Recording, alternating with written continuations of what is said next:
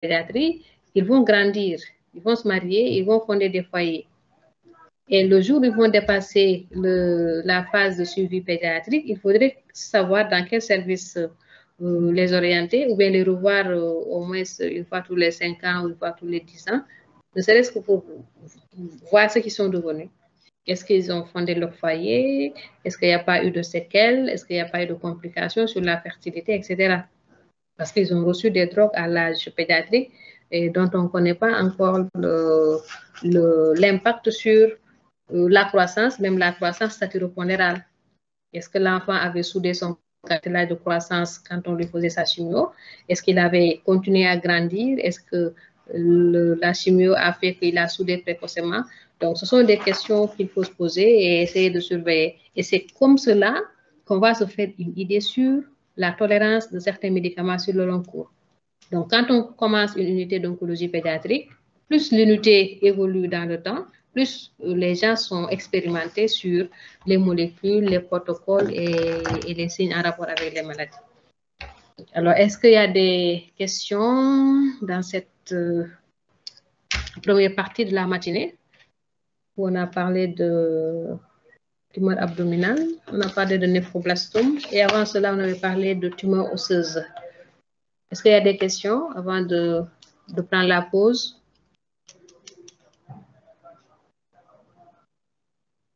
Question?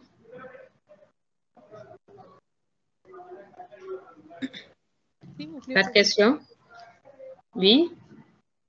C'est Dr Christelle, c'est moi qui ai présenté le cours sur les néphroblastomes. Mm-hmm. Je ne sais pas si c'est un souci, en rapport avec les signes cliniques. Je ne sais pas si après les types de descriptions, il fallait que je mette les circonstances de découverte, parce que j'ai mis circonstances de découverte, c'est devant une masse abdominale, soit, bon, j'avais une difficulté par rapport à ça. Est-ce que c'est la peine que je parle des circonstances de découverte à ces niveaux-là?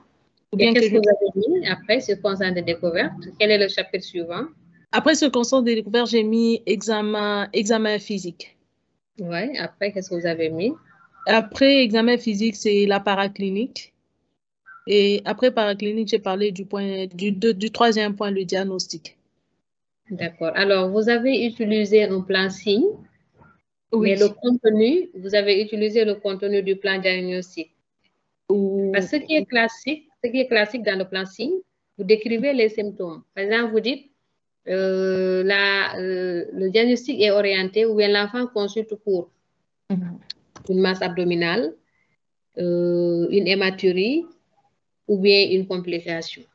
Et maintenant, dans l'examen, vous décrivez ces signes-là.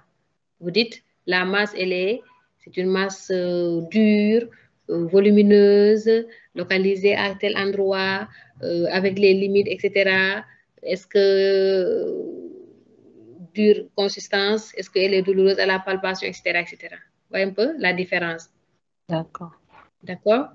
D'accord. Mais c'est la même chose. Sinon, vous enlevez signe, vous mettez diagnostic. Si vous mettez diagnostic, vous mettez diagnostic positif, circonstance de découverte, et vous continuez avec le diagnostic d'extension, le diagnostic de retentissement, le diagnostic étiologique, ainsi de suite. C'est la même chose. L'essentiel, c'est de retrouver le contenu. Moi, ça ne me gêne pas, parce que je crois que les années précédentes, on l'avait présenté sous format diagnostic du néphroblastome. Mais un type de description également peut faire l'affaire.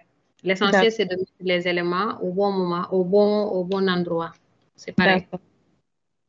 Vous pouvez même, sur un brouillon, après avoir fait votre plan avec signe diagnostic traitement, sur une page d'une feuille blanche, reproposer le même plan avec un format diagnostic. Vous verrez, c'est exactement la même chose. D'accord. C'est exactement la même chose. Alors, d'autres questions?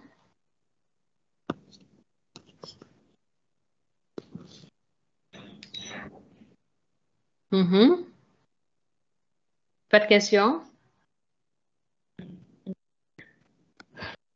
Alors, il reste combien de leçons? Il reste rétinoblastome et histiocytose, c'est bien cela?